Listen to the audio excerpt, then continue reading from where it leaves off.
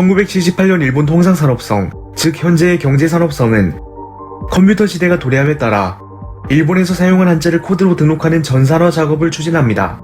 이때 참고한 자료는 표준코드용 한자표, 국토행정 구획총람, 일본생명수용 인명한자, 마지막으로 행정정보 처리용 기본한자가 있었습니다.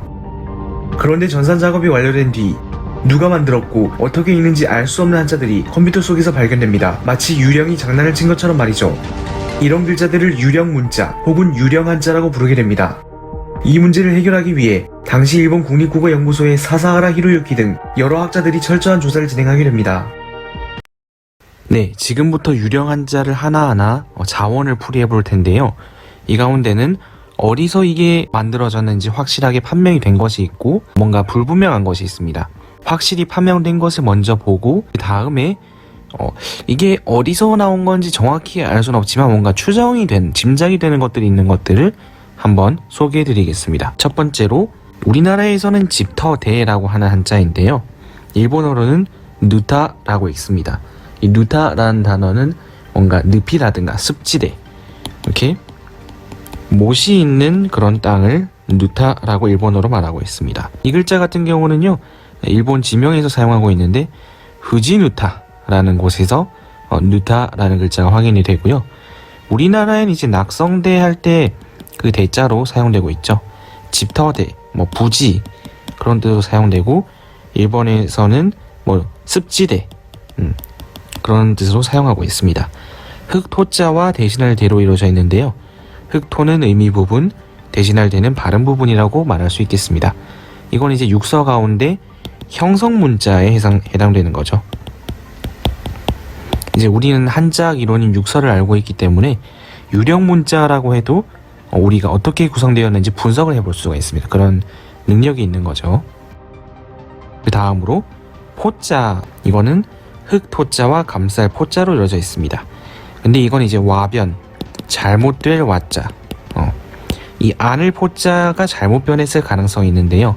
이게 그 지역 사람들은 이거를 쓰긴 써요. 근데 이 글자가 만들어진 이유가 안을 포자가 뭔가 잘못 변화된 게 아닌가 하는 것이죠. 이거는 이제 그 지역에서 이미 이 글자를 쓰고 있기 때문에 이걸 입력하는 과정에서 실수를 한 건 아닙니다.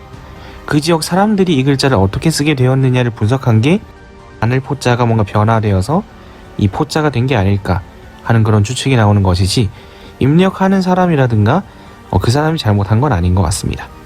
이건 이제 일본어로 호라고 읽고요. 흑토와 감쌀포가 이제 합쳐져서 된 걸로 흑토가 아마 의미, 포가 발음 부분, 이렇게 볼 수가 있겠죠. 네, 이 일본의 호로쿠라는 지역에서 이 포자를 사용하고 있습니다. 그 다음 세 번째, 땅 이름 점자. 우리나라에서는 제라고 읽고 고개라는 그러니까 산고개 할 때 고개의 뜻을 붙이기도 하는데요. 일본어에서는 이제 음독은 이제 없는 것 같아요. 이제 일본 한자를 발음으로 읽기도 하고 뜻으로 읽기도 하는데 이 글자는 뜻으로만 읽는 글자인 것 같아요. 야마 혹은 하케라고 있는데, 야마는 일본어로 산 그런 뜻이고, 하케는 이제 절벽이라든가 구릉지, 산 이런 뜻을 나타내고 있습니다. 일본은 이제 일본의 히로야마라고 해가지고 광자의 이제 점자 정도를 읽을 수도 있겠죠. 광점, 우리나라 발음 이 정도 나올 텐데 그 지역에서 사용하기도 하고, 이 간판에 보시는 것처럼 오하케라는 지역에서 쓰기도 합니다. 야마나 하케는 일본어로 비슷한 뜻이니까 이 글자를 훈으로 통용하는 데 문제가 없는 것이겠죠. 묘의산자, 이제 산자와 점칠 점자로 이어져 있는데요. 여기서 이제 점칠점을 발음으로 삼아서 우리나라에서는 아마 점으로 읽고 있는 것 같아요. 근데 이제 유령 문자를 조사하셨던 분인 사사하라 선생님께서는 이 글자가 아마도 이렇게 하고 옛 고자를 쓰는 산호자, 호라고 발음하고 뜻이 산인 글자에서 뭔가 변형된 게 아니겠나 하는 추측을 남기기로 하셨습니다. 그 다음으로 이 글자는 이제 인명, 사람의 이름에 쓰는 글자인데요. 발음으로 음독으로 기우라고 읽고 훈독으로 야스 요시라고 읽는데, 이 글자는 아마도 이 경사로를 휴자의 이체자일 가능성이 있습니다. 우리 이체자는 다 아시죠? 우리 철자법이 영국식 철자법, 미국식 철자법 다른 것처럼 한자도 사람이라든가 지역마다 차이가 있을 수가 있어요. 그래서 이게 이 유령 문자를 보시면은 쉴 휴자랑 마음심으로 이어져 있는데 쉴 휴가 아마 발음일 것이고 마음심이 아마 뜻일 거예요. 경사로 휴자는 밑에 불화가 들어가 있습니다. 이 글자는 휴가 발음이고 불화가 뜻인 거죠. 근데 이제 불화가 초서체로 쓸 때 이렇게 이제 이어지는 그런 식으로 쓰는데, 공교롭게도 마음심자도 이게 초서체로 이렇게 이어지는 식으로 쓸 때가 있습니다. 이제 형태가 이제 이렇게 쓰는 게 비슷하다 보니까 뭔가 혼용이 된 거 아니겠느냐 하는 그런 가설을 한번 세워봅니다. 예, 야스, 요시 정도로 읽고 발음으로 읽을 때는 규라고 읽는 유령 한자였고요. 그 다음으로 나무 목자와 이 수정 정자죠. 이거는 오른쪽에 이게 해일자가 3개 있으면은 수정정 그런 글자가 되는데요. 이건 이제 타르 혹은 나루라고 읽는데, 이게 이시다루라고 하는 지역에서 돌석자 붙인 이시다루라는 지역에서 쓴다고 해요. 근데 아마도 이게 술동뢰자의 이체자일 가능성이 있습니다. 이 술동뢰는 나무목을 붙여서 쓰기도 하고 밑에 장군 부자를 넣어서 쓰는 이런 모양도 있죠. 그래서 나무목과 우레 뢰자가 합쳐서 술동뢰자가 되는데, 지금은 이제 여기 비유를 붙이면은 이렇게 쓰고 밑에 이 모습을 하나만 해가지고 우레 뢰자를 이렇게 쓰고 있죠. 이시다루 할 때 이 글자도 술동뢰자가 변한 게 아닌가 싶습니다. 왜냐면 술동뢰자를 일본어의 훈독으로 할 때 사카다루라고 하거든요. 여기 보시면 오른쪽에 종이 지도가 있고 왼쪽에 디지털 지도가 있는데요. 여기 보시면 이 호수에 이게 튀어나온 지형이 있죠. 이 큰 지도에서 여기에 해당하는 지형입니다. 자, 근데 보시면 여기 손글씨가 있죠.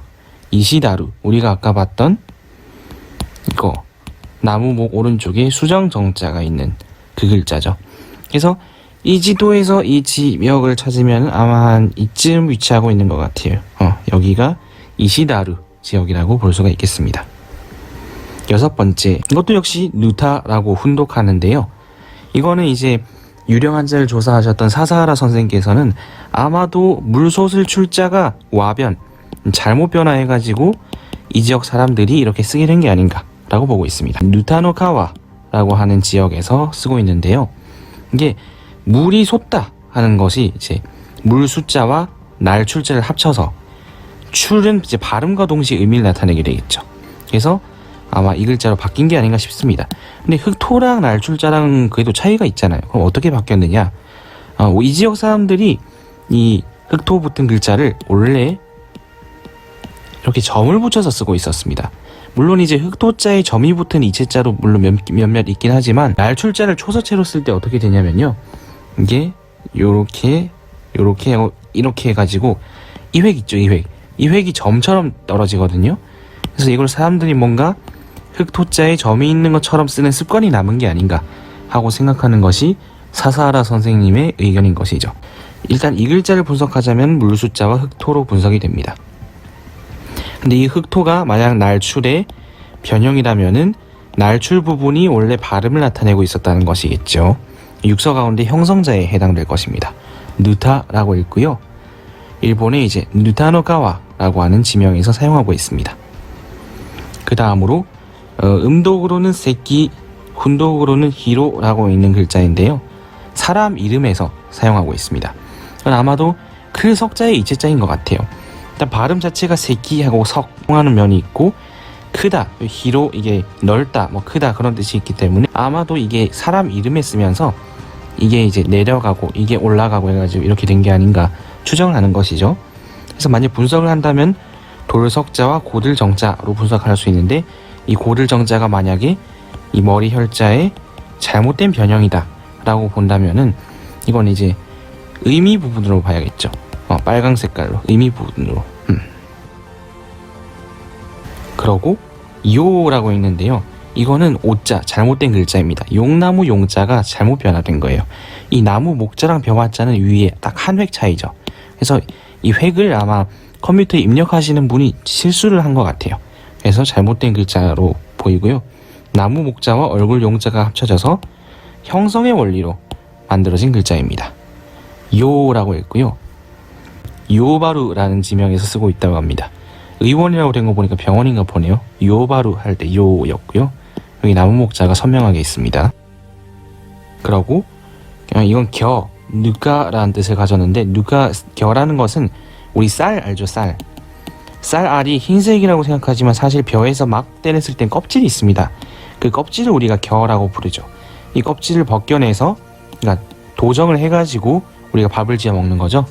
이 글자는 집 호자로 이루어져 있는데 쌀 밑자와 집 호자로 이루어졌는데 이거에 대해서는 잠시 뒤에 다시 한번 설명을 하겠습니다. 이건 일본에서 누카마키자와라고 하는 지명에서 사용하고 있는데요.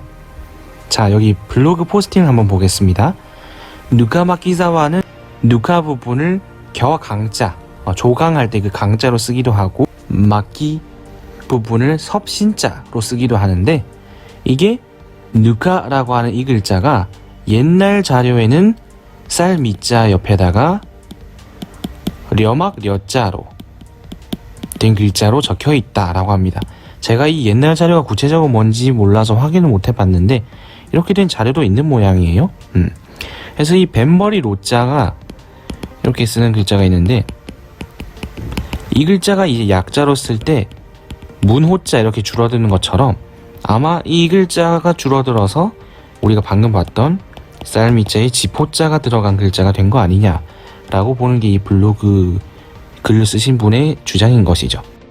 저도 이게 상당히 일리가 있다고 해서 우리나라 발음으로 그러면 로나 머리어 이 정도로 읽히려나 싶긴 하네요. 이런 것도 한번 조금 더 조사를 해봐야 될 것 같습니다. 좋은 연구 주제가 될 수 있을 것 같네요. 뜻은 이제 겨, 쌀껍질 그런 뜻입니다. 그 다음으로 왕겨라는 뜻인데 스크모라고 읽습니다.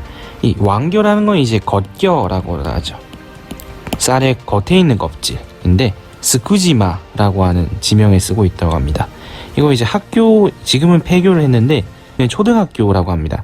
이 꽃 모양 기호 안에 잘 보이실지 모르겠는데 이 쌀 밑자에 합할 합자가 있습니다. 제가 봤을 때 이 합할 합자는 의미 요소로 들어간 것 같아요. 쌀 밑자와 합할 합자, 쌀에 합쳐져 있는 껍질 이렇게 보는 것 같고 일본은 이제 훈독 문화가 있는데 한국이나 중국은 이제 음독, 발음으로 있는 문화이기 때문에 도금을 그래도 배정을 하는 게 제가 이 한자를 소개해 드릴 때 좀 더 바람직해 하겠다 싶어가지고 합할 합자 소리로 달았는데 만약에 그렇게 된다면 이거는 이제 의미와 동시에 한국이나 중국에선 발음까지도 나타내게 되는 거겠죠.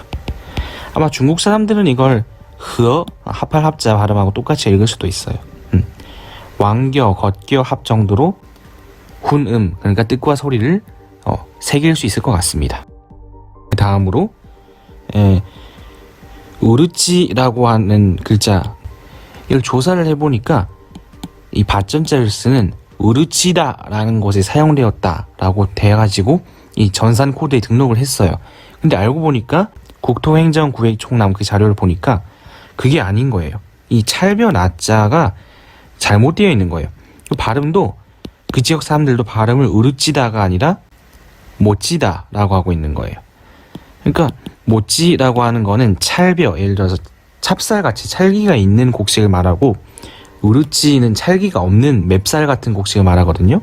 찹쌀, 맵쌀 완전 뜻이 달라지는데 이게 참 어이가 없죠. 글자도 틀리고 뜻도 틀리고 이게 어떻게 된 건지 잘 모르겠습니다. 그 지역 사람들은 이 찰벼 나자를 쓰는 모찌다라고 하는 그런 지명을 가지고 있다고 하네요. 쌀 밑자와 쓰일 숫자가 이제 합쳐져서 생긴 글자인데 쓰일 숫자가 여기서 이제 발음을 나타낸다라고 봐야겠죠. 물론 일본은 훈독 문화이니까 모찌라고 읽는 것이겠지만요. 자, 이 글자가 잘 보이실지 모르겠는데 여기 이제 보시면은 쌀 밑자가 이렇게 있고 오른쪽에 비유 부분이고 밑에 마리의 이자에서 모찌라고 해서 모찌다 공원 돼 있죠. 그 다음으로 왕겨 가짜입니다. 이때 가짜도 아마 의미 요소를 함께 본 것 같아요. 이 쌀의 집이다 이렇게 비유가 되는 거죠. 껍질이 쌀의 집이다. 역시 스크모라고 읽고요. 만약에 한국이나 중국에서 가라고 도금을 단다면은 그때 집 가짜는 의미뿐만 아니라 발음까지도 함께 나타낸 요소가 될 겁니다. 여기 오른쪽에 보시면은 스크모즈카라는 이런 지역 이름에 사용되고 있죠. 그 다음으로 이건 이제 인터넷에는 왠지 모르겠는데 유키라고 해가지고 일본어로 눈, 내리는 눈 있죠. 오른쪽에 이게 눈설자니까 그 눈으로 달아놨는데 그거는 제가 조사해본 결과 좀 아닌 것 같아요.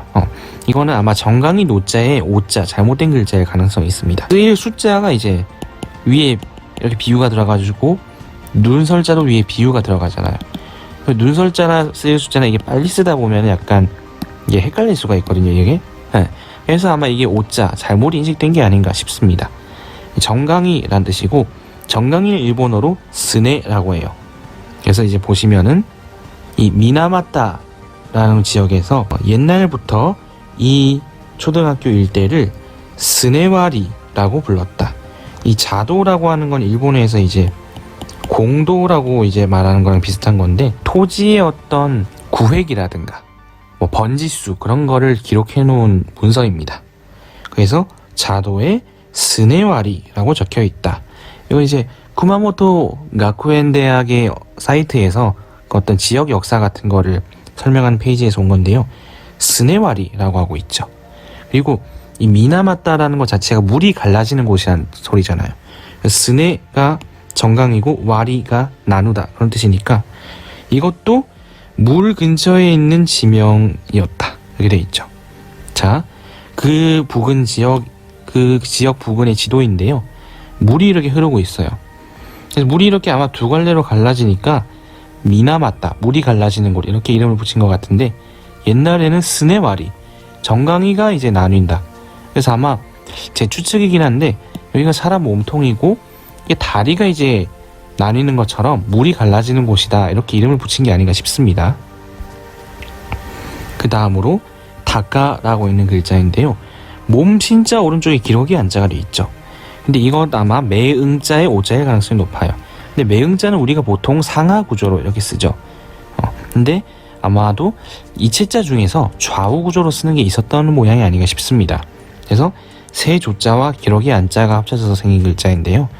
이 세 조자를 이제 서예 같은 거 하신 분들은 좀 보셨을 수도 있는데 이런 식으로 이제 막 쓰기도 합니다. 그래서 이게 아마 몸신자랑 뭔가 어떻게 잘못 헷갈려서 바뀐 게 아닌가 싶고요. 다카, 이게 매란 뜻이죠, 일본어로. 다카라고 있습니다. 지역 이름으로 다카토비라는 곳에서 사용되고 있다고 하네요.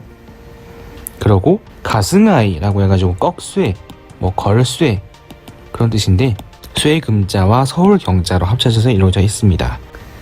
지역 이름에서 쓰고 있다고 합니다.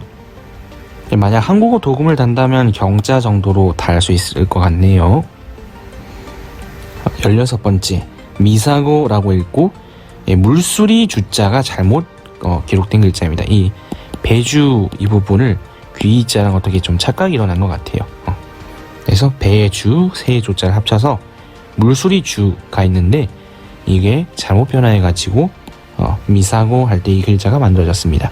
미사고사와라는 지역 이름으로 사용되는데 이 글자가 어려운 글자라서 그런지 지금은 그냥 히라가나로 표기를 하고 있네요. 지금까지 봤던 글자들은 이제 출처가 확실하게 판명된 글자들이고요.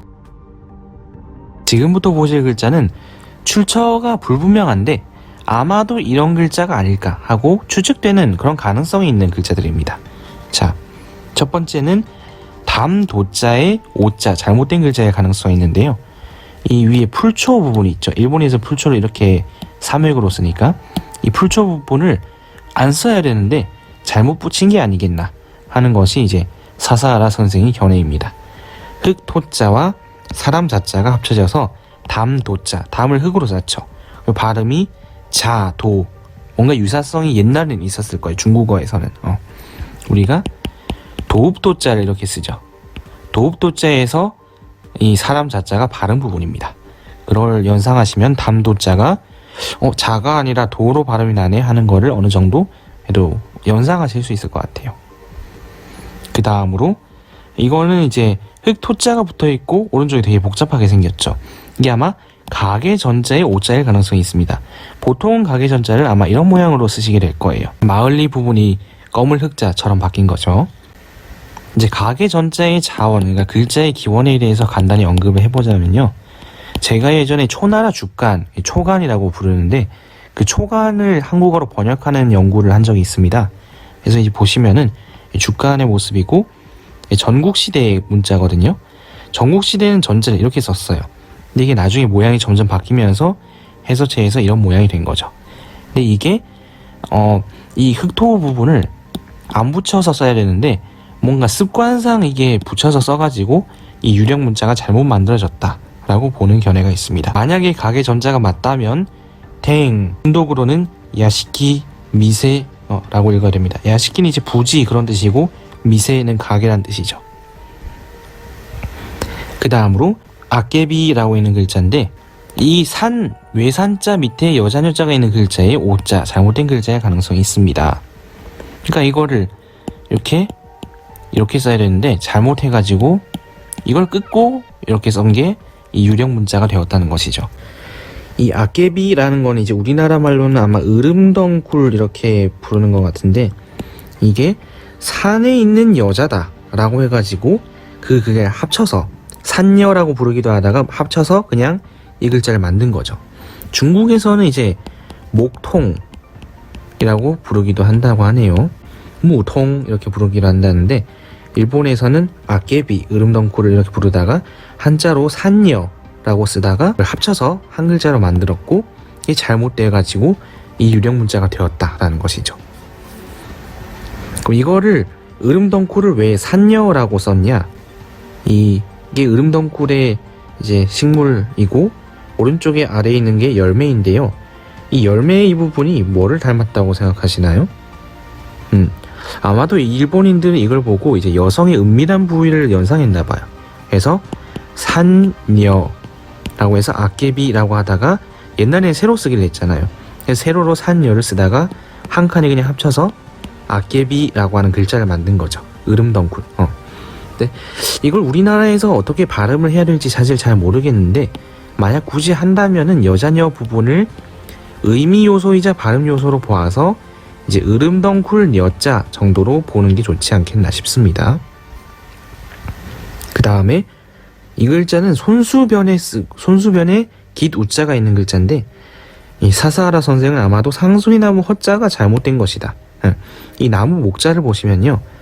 이렇게 쓰는데 그걸 빨리 쓸 때는 이런 식으로 쓰기도 하거든요.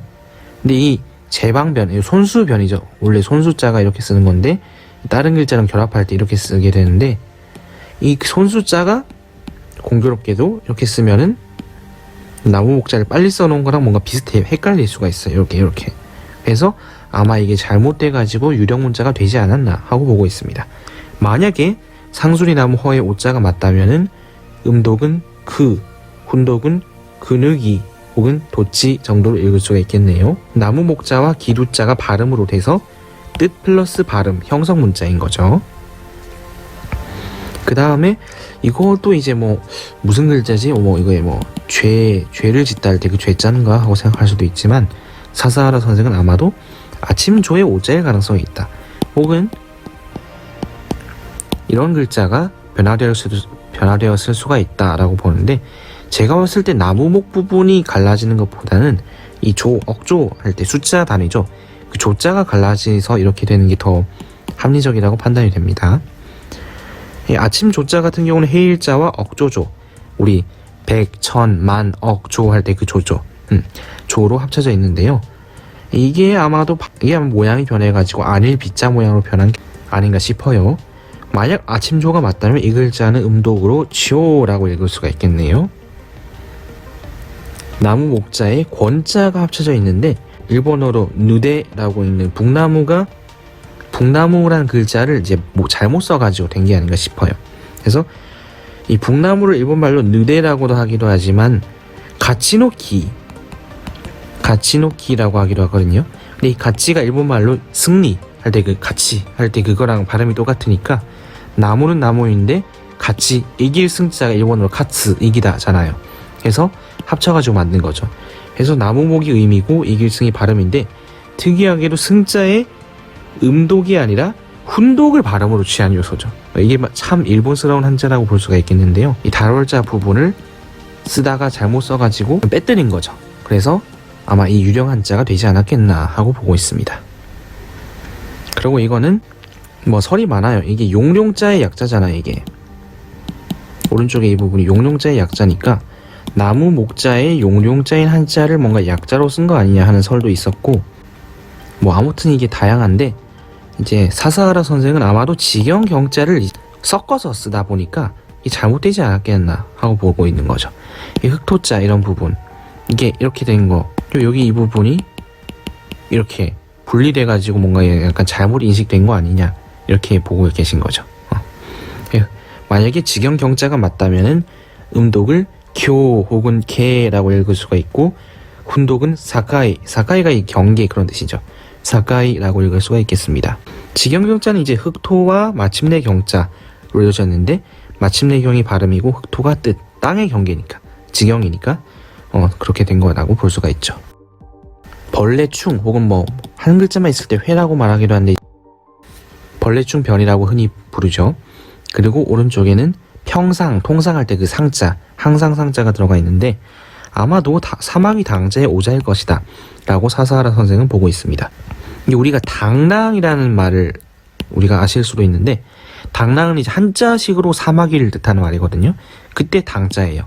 당랑거철, 사마귀 한 마리가 수레를 막 막는다, 그런 사자성어할 때 그 당자죠. 그게 아마 이제 받전자 부분이 이렇게 되는데 이걸 이제 잘못 써가지고 이 수건 건자처럼 인식이 돼서 여기 이렇게 잘못된 거 아니냐 하고 보는 게 사사하라 선생의 의견입니다. 만약에 사마귀 당자가 맞다면 이 당 발음을 도라고 읽을 수가 있습니다. 그 다음으로 이 보시면 뭐죠? 이거 하나, 둘, 셋, 넷, 다섯, 옷 의자 변이, 옷 의자. 이건 아마 아버지 사당 예자가 변해서 이게 잘못 써가지고 이렇게 된 거예요. 하나, 둘, 셋, 넷. 하나가 없죠, 여기. 이게 하나가 없죠. 얘는 하나가 있고 얘는 이렇게 없는 것입니다. 이 보혈 시자가 다른 글자의 옆으로 들어갈 때 요렇게 바뀌거든요.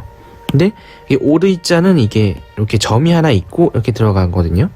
이 점 부분을 아마 잘못 붙여서 사당 예자가 이런 유령 한자로 잘못 변하지 않았나 하고 보는 겁니다. 만약 사당 예자가 맞다면은 일본어로는 음독을 네라고 할 수가 있고요.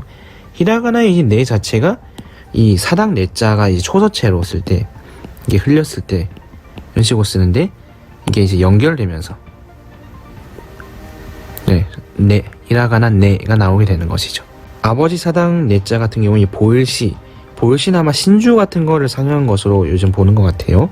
그리고 너이자는 보통 이런 식으로 쓰는데 약자로 쓸 때는 이렇게 쓰거나 뭐 이렇게 쓰거나 하죠. 너이자가 발음 부분, 니에, 이게 옛날엔 발음이 비슷했을 거예요, 중국어로. 그래서 사당 네자가 된 것입니다. 다음 글자는 윤달윤자인데요.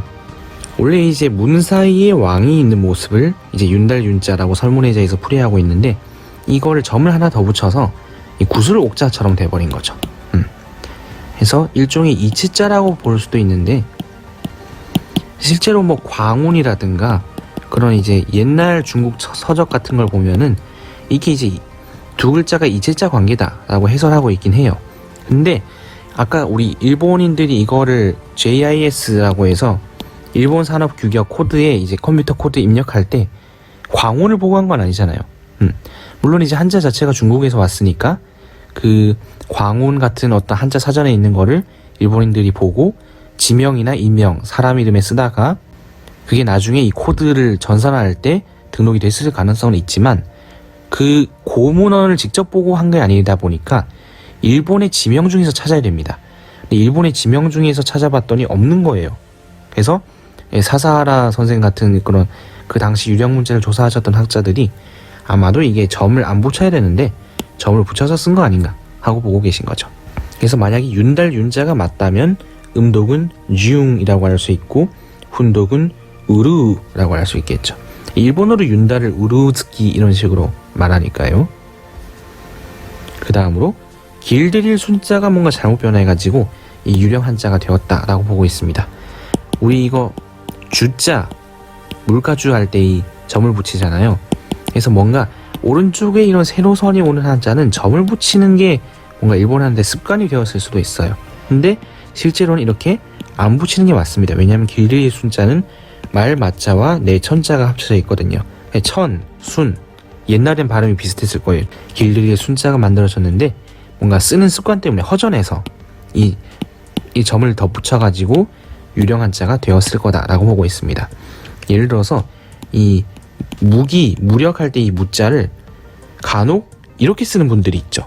근데 실제로는 이렇게 아니고 점만 찍고 끝내야 됩니다.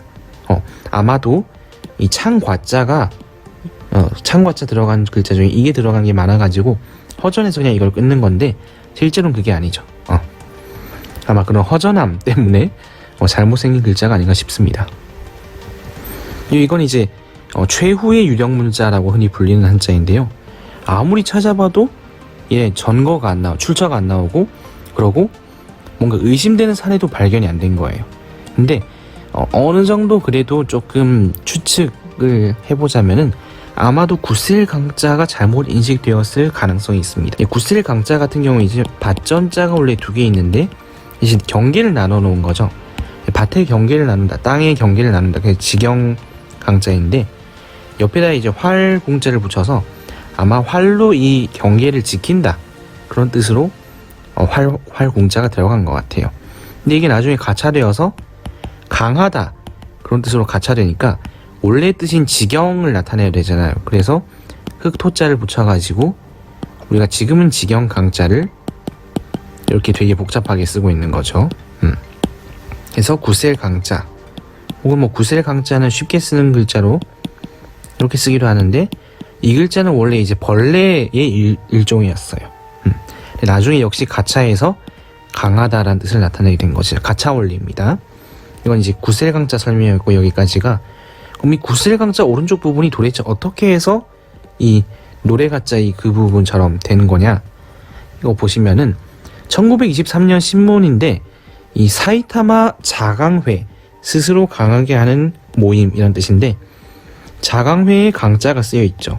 이 강할 강자가 이렇게 쓰여 있는데 보시면은 인쇄 상태가 좀 안 좋다 보니까 왼쪽 아래 부분이 좀 제대로 인쇄가 안 돼 있어요. 지금 이렇게. 그래서 이렇게 인쇄가 잘 안 돼 있어가지고 이걸 이제 대충 작게 봤을 때, 작은 글씨로 봤을 때 이렇게 이게 되게 약간 오를 가짜 두 개인 것처럼 보이죠. 그래서 아마 이게 잘못 인식이 돼가지고 이 활공자 오를가 된 이상한 유령 한자가 탄생한 거 아니냐 하는 어떤 추측, 일종의 심증이죠. 추측 정도만 하고 있는 상태입니다. 네, 제가 오늘 준비한 영상은 여기까지이고요. 일본의 유령 문자 한번 알아보았습니다. 영상 봐주셔서 정말 감사합니다.